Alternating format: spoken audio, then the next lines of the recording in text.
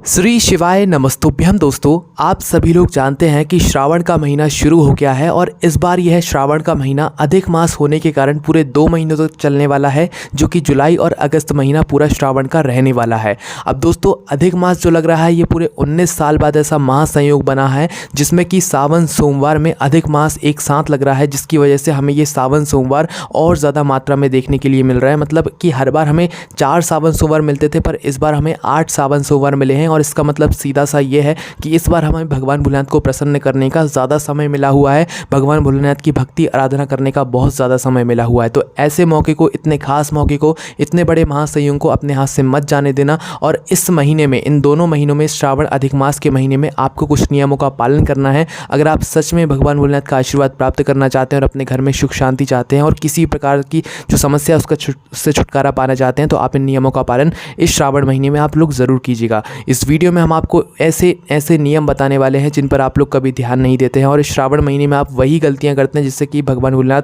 आपकी पूजा से प्रसन्न ही नहीं होते हैं। तो सबसे पहले नियम के बारे में बात करते हैं दोस्तों। सबसे पहले हम उसी चीज़ के बारे में बात करेंगे जो कि श्रावण में सबसे ज़्यादा लोग करते हैं, 1 लोटा जल या 2 लोटा जल। सबसे पहली बात, उपाय के रूप में हम आपको बता देते हैं कि श्रावण के महीने में आपको 2 लोटा जल लेकर जाना है और 2 धारा से एक साथ भगवान शिव जी के ऊपर जल चढ़ाना है। क्योंकि जब आप लोग श्रावण के महीने में 2 धारा से, 2 लोटों से अपने दोनों हथेलियों में पकड़कर एक धारा से एक साथ जल चढ़ाते हैं, 2 धारा लगाकर, तो इससे भगवान शिव जी आपके जीवन में लाखों करोड़ों गुना सुख जो है बढ़ाकर भेजते हैं ना।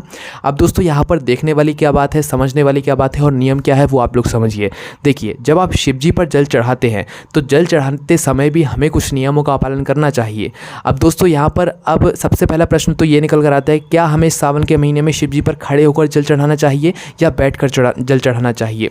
अब देखिए, यहाँ पर 2 तरह के तो शिवलिंग होते हैं, ठीक है। अब उन 2 तरह के शिवलिंग में आपने देखा होगा कि एक शिवलिंग वो होता है जो कि ज़मीन पर रखा हुआ होता है और उसकी जलाधारी भी ज़मीन पर होती है, ठीक है। तो उस तरीके के जो शिवलिंग हैं उन शिवलिंग पर आपको बैठकर जल चढ़ाना चाहिए, है ना। समझ गए आप लोग? जिनमें जलाधारी मतलब ऊपर नहीं होती है, वो ज़मीन पे ही होती है, और शिवलिंग मतलब ज़मीन पे ही रखा हुआ होता है। तो ऐसे शिवलिंग पर आपको बैठकर जल चढ़ाना है। और जो वो शिवलिंग होते हैं जो कि एक डमरू के आकार के होते हैं, जिसके नीचे एक अलग से स्थान रहता है, फिर उसके ऊपर जलाधारी रहती है, फिर शिवलिंग उसके ऊपर रखा हुआ होता है, तो ऐसे शिवलिंग पर आपको खड़े होकर जल चढ़ाना है। समझ गए? 2 तरह के शिवलिंग पर इस तरीके से आपको जल चढ़ाना है ना, और यही नियम कहता है। अब जब आप शिव जी पर जल चढ़ाते हैं तो एक बात का ध्यान रखिएगा कि कभी भी शिव जी पर जो आप जल चढ़ा रहे हैं उसके छींटे आपके शरीर को स्पर्श नहीं करने चाहिए, आपके शरीर को नहीं छूने चाहिए। समझ गए आप लोग? उसके बाद में जिस पात्र से आप लोग शिव जी पर जल चढ़ा रहे हैं वह पात्र कभी भी शिव जी की शिवलिंग से टच नहीं होने चाहिए, मतलब स्पर्श नहीं होने चाहिए। इस बात का भी आपको ध्यान रखना है, वो भी बहुत ही विशेष रूप से, ठीक है। उसके बाद में दोस्तों, जब आप शिव जी पर जल चढ़ाते हैं तो वो जल बहता हुआ कहाँ से जाता है? जलाधारी से जाता है और जलाधारी से नीचे गिरता है, और वो जलाधारी से होकर जो है मतलब एक रास्ते से होकर कहीं पर भी कुंड में जाता है, या जहाँ पर भी मंदिर की जो भी मतलब व्यवस्था रखी होगी वहाँ पर वो जाता होगा, ठीक है। तो जिस रास्ते से वो शिव जी पर चढ़ा हुआ जल जा रहा है, जिस भी रास्ते से जा रहा है, उस रास्ते को कभी भी लांघना नहीं चाहिए। और आपने देखा होगा शिव जी की कभी भी परिक्रमा भी नहीं होती है। तो आप इस बात का ध्यान रखिएगा, शिव जी का जल आपके सामने से बह रहा है तो आपको उस पार नहीं जाना है। इस बात का ध्यान रखिएगा कि शिव जी के जल को कभी भी लांघा नहीं जाता है। अगर आप यह गलतियाँ करते हैं और मतलब करते आ रहे हैं तो इससे आपके ऊपर कहीं ना कहीं दोष लग रहा है, और दोष लगता है, अभी तक नहीं पता था, तो आज से ही जो है इन बातों का ध्यान रखना शुरू कर दो। निश्चित ही भगवान भोलेनाथ आपसे बहुत जल्दी प्रसन्न होना शुरू हो जाएंगे, ठीक है।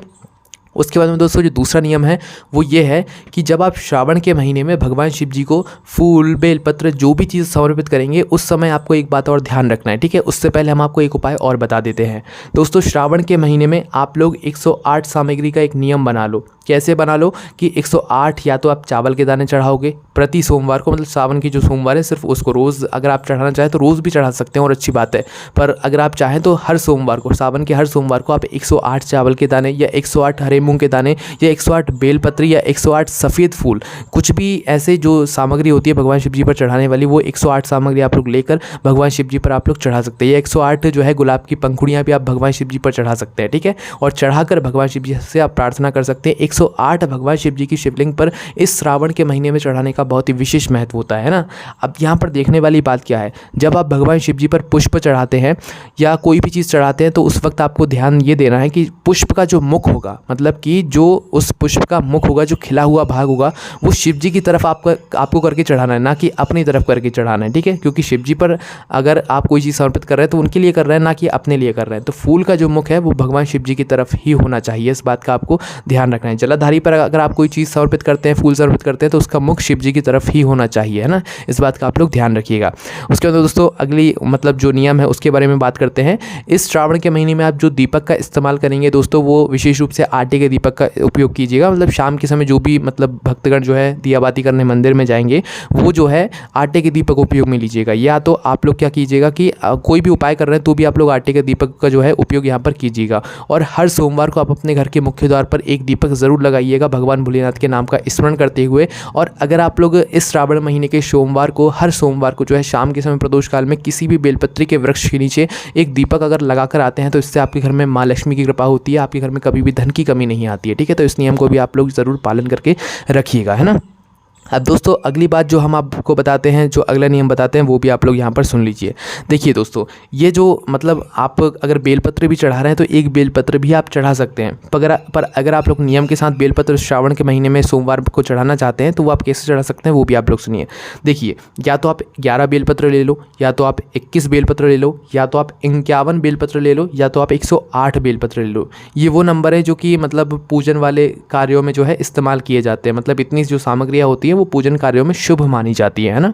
तो आपको करना क्या है दोस्तों, 11 बेलपत्री ले लो तो 11 ले लो, 21 ले लो तो 21 ले लो, 51 हो तो 51 ले लो, 108 हो तो 108 ले लो। इससे ज़्यादा लेने की ज़रूरत नहीं है, ठीक है। और एक भी बेलपत्र है तो भी कोई दिक्कत नहीं है, ठीक है। पर नियम कहता है 11, 21, 51 या 108 बेलपत्र ले लो और उसे एक एक करके भगवान शिव जी पर चढ़ाओ श्रावण महीने के सोमवार के दिन, ठीक है। एक एक करके आपने चढ़ाया, जैसे ही उन बेलपत्र में से जो आखिरी बेलपत्र होगी, जैसे कि 11 बेलपत्र उदाहरण के लिए हमने लिए, तो 11वीं जो बेलपत्र होगी उस 11वीं बेलपत्र पर आपको बीच वाली बड़ी पत्ती पर एक चंदन मतलब लगाकर या एक चावल का दाना रखकर आपको अपनी मनोकामना करते हुए जो है भगवान शिव जी पर चढ़ा देना चाहिए। इससे आपकी मनोकामना पूर्ण होती है। ये इस तरीके से नियम से अगर आप लोग इन बेलपत्रों को चढ़ाएंगे तो निश्चित ही आपको फल की प्राप्ति ज़रूर होगी। उसके बाद में दोस्तों इस श्रावण के महीने में पंचामृत का भी बहुत ही विशेष महत्व होता है। अब दोस्तों क्या इस पंचामृत को अगर हम लोग अलग अलग करके चढ़ाएं तो भगवान शिव जी हमें किस किस फल की प्राप्ति देंगे, वो भी आप लोग सुन लीजिए। तो देखिए, पंचामृत में 5 सामग्री होती हैं, दूध, दही, घी, शक्कर, शहद, ठीक है। 5 सामग्री होती हैं। अब सबसे पहली सामग्री के बारे में बात करते हैं। अगर आप लोग शिव जी पर दूध चढ़ाते हैं तो इससे आपके घर में जो संतान की कमी रहती है वो दूर होती है और आपके घर में संतान की वृद्धि होती है, ठीक है, श्रावण के महीने में शिव जी पर दूध चढ़ाने से। उसके बाद में जो दही है, दही से दोस्तों अगर आप श्रावण के महीने में शिव जी पर दही चढ़ाते हैं तो इससे आपके घर में प्रेम बढ़ता है। लड़ाई झगड़े बहुत होते हैं ना, तो आप दही चढ़ाइए शिव जी पर श्रावण के महीने में, आपके घर में प्रेम बढ़ जाएगा। तीसरी चीज़ है घी। अगर दोस्तों आप शिव जी की शिवलिंग के ऊपर घी से मतलब अभिषेक करते हैं उनका, तो इससे आपके घर में जो रोग और बीमारियां रहती हैं वो मतलब हट जाती है भगवान भोलेनाथ के आशीर्वाद से। और साथ ही में दोस्तों जो शहद होता है, अब अगर उस शहद से आप शिव जी का अभिषेक करते हैं तो इससे आपके घर में धन संपदा की कभी भी कमी नहीं आती है। उसके बाद दोस्तों शक्कर जो आप लेंगे वो आप कैसी भी ले सकते हैं, मतलब जो शिव जी पर चढ़ाने की होती है वैसी शक्कर अगर आप लोग शिव जी पर चढ़ाते हैं तो इससे आपके घर में जो ज़िद्दी बच्चे होते हैं, जो बच्चे गलत राह पर चले जाते हैं, वो सही राह पर आ जाते हैं भगवान भोलेनाथ के आशीर्वाद से। ये वो पंचामृत की 5 अलग अलग सामग्रियां हैं जो कि अलग अलग अगर आप चढ़ाएंगे या जो आपके हिसाब से आप चढ़ा रहे हैं तो उसको चढ़ाने से आपको इस फल की यहाँ पर प्राप्ति होगी, ठीक है। अब बात करते हैं अगले नियम के बारे में। दोस्तों आप भगवान शिव जी के मंदिर पहुंचे, आपने अपने दोनों पात्रों में से जो है भगवान शिव जी पर जल चढ़ा दिया। अब उन दोनों पात्रों को आपको शिव जी पर जल चढ़ाने के बाद खाली लेकर अपने घर नहीं आना है। सबसे बड़ी गलती आप लोग यहाँ पर कर देते हो, कई सारे लोग कर देते हैं और कई सारे लोग नहीं भी करते हैं। तो आपको करना क्या है, 2 धारा से 2 लोटे जल से भगवान शिव जी के ऊपर आपने जल चढ़ाया। अब जल चढ़ाने के बाद दोस्तों एक पात्र में नहीं, दोनों पात्र में भले ही 1 बूंद ही शिव जी की शिवलिंग की जलाधारी से गिरा हुआ जल आना चाहिए, पर 1 बूंद आप लोग जो है अपने उस जल पात्र में ज़रूर लेकर आओ, ठीक है। तो 2 पात्र लेकर गए हो आप श्रावण के महीने में, तो दोनों पात्र में थोड़ा थोड़ा जल जो है लेकर आओ। अब इस जल का आप लोग आचमन भी कर सकते हो, इस जल को ले जाकर अपने घर में भी छिड़क सकते हो। इसमें भगवान भोलेनाथ का आशीर्वाद रहता है, ठीक है। और रोगीले व्यक्ति को आप इस जल को पिलाकर देखो श्रावण के महीने में, आप खुद ब खुद आपको फल देखने के लिए यहाँ पर मिल जाएगा। उसके बाद में दोस्तों एक नियम और है बहुत ही ज़्यादा विशेष। इस श्रावण के महीने में जब आप लोग अपने घर में या शिवरात्रि के दिन, जो श्रावण महीने की शिवरात्रि होती है, उस दिन अगर आप लोग आरती करेंगे भगवान शिव जी की, तो अगर आप उसमें कपूर का इस्तेमाल कर रहे हैं तो ध्यान दीजिएगा कि जो कपूर आपने एक बार जला दिया, जब तक वो कपूर बुझ ना जाए तब तक आपको अपनी आरती की थाली नीचे नहीं रखना है, ठीक है। ये नियम कहता है कपूर जब तक जल नहीं जाता जब तक हमें आरती बंद नहीं करनी चाहिए, आरती को करते रहना चाहिए। जैसे ही कपूर बुझ जाए अपने आप, उसके बाद आरती की थाली को नीचे रखना चाहिए, है ना। उसके बाद दोस्तों श्रावण के महीने में अब आपको अपने घर से जुड़े हुए भी कुछ नियमों का पालन करना चाहिए। आपके घर में जो मतलब बड़े लोग रहते हैं जो काम पर जाते हैं बाहर की तरफ, है ना, तो आपको क्या ध्यान देना चाहिए कि आपके घर के सदस्य के जाने के बाद, या तो ये कह लो कि आपके घर का जो मुख्य सदस्य रहेगा वो उसके घर से जाने के बाद आपको कभी भी अपने घर में झाड़ू पोछा नहीं करना है। कुछ हो जाए, कितने ही कुछ हो जाए, श्रावण के महीने में आपके घर का जो मुख्य सदस्य है वो चला गया अपने काम पर, उसके बाद झाड़ू पोछा भाई करना ही करना बिल्कुल भी नहीं है, ठीक है। तो आज से इस नियम का पालन करना शुरू कर दो, आपके घर में खुद ब खुद सुख शांति आना शुरू हो जाएगी। उसके बाद में दोस्तों झाड़ू को 3 जगहों पर बिल्कुल नहीं रखना चाहिए श्रावण के महीने। कौन कौन से जगह हैं वो? पति पत्नी के सोने का रूम है। इससे क्या होगा कि अगर आप लोग पति पत्नी के सोने के कमरे में जो है इस किसी भी झाड़ू को रखेंगे, झाड़ू लगाने वाले को, तो उसमें पति पत्नी में प्रेम नहीं बढ़ेगा। अगर किसी हॉल में रख रहे हैं जहाँ पर लोग बैठते हैं, मेहमान आपके बैठते हैं, तो सास बहू में कभी भी प्रेम नहीं बढ़ेगा। अगर आप अपने रसोई घर में अपने झाड़ू को रख रहे हैं तो इससे आपकी बच्चों में क्रोध बढ़ेगा, बच्चे गलत जगह पर संबंध भी बना सकते हैं, ठीक है। और अगर आप लोगों को झाड़ू रखना ही है तो सबकी नज़रों के सामने ना रखें, एक ऐसी जगह पर रखें जहाँ पर उस झाड़ू पर किसी की भी नज़र ना लगे, पाँव की ठोकर ना लगे, और झाड़ू लगाते समय जब आप झाड़ू लगाते हैं तो उस समय जो है यहाँ पर किसी का भी पाँव ना लगे। और रात्रि में कभी भी आपको झाड़ू नहीं लगाना चाहिए। ये सारे नियम श्रावण महीने के, इस बात का आपको ध्यान रखना है।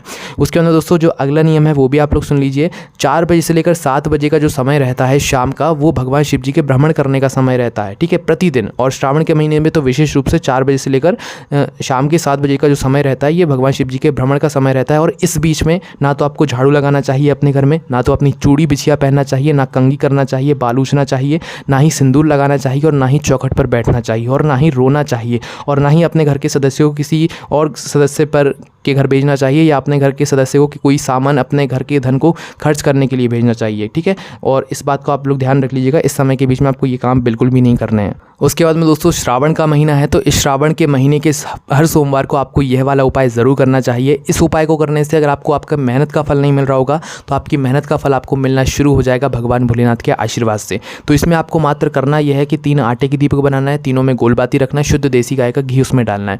3 जगहों पर ये दीपक आपको इस श्रावण महीने के सोमवार को शाम के समय प्रदोष काल में लगाकर आना है। सबसे पहली जो जगह है वो है शिव मंदिर, दूसरी जगह है यहाँ पर बेलपत्री का वृक्ष, तीसरी जगह है आपके घर का मुख्य द्वार। पहले आपको शिव मंदिर में जाकर या शिव मंदिर की चौखट पर ही पहला दीपक लगाना है, दूसरा दीपक आपको जो है बेलपत्री के वृक्ष के नीचे लगाना है, तीसरा दीपक आपको वापस आकर अपने घर के मुख्य द्वार में बाहर की साइड अपने सीधे हाथ के तेली साइड जो है लगाना है, ठीक है। इस बात का आपको ध्यान रखना है। और यह जो दीपक आप लेंगे ये आटे के दीपक लेंगे, है ना, इस बात का आपको ध्यान रखना है। आपको आपकी मेहनत का फल मिलना शुरू हो जाएगा श्रावण महीने में इस उपाय को करने के बाद। उसके बाद में दोस्तों जब आप मंदिर में इस श्रावण के महीने में दीपक लगाने जाएंगे, दिया बाती करने के लिए जाएंगे, तो उस समय भी आपको एक बात ध्यान रखना है कि मंदिर में जब आप दीपक लगाते हैं तो उस दीपक को आपको कभी भी जल्दबाजी में नहीं लगाना है। मंदिर में अगर आप लोग दीपक लगाने के लिए गए हुए हैं तो थोड़ा आपको रुकना है, थोड़ा मतलब धैर्य के साथ वहाँ पर रुकना है, भगवान भोलेनाथ को स्पर्श करना है, देखना है, उनको निहारना है।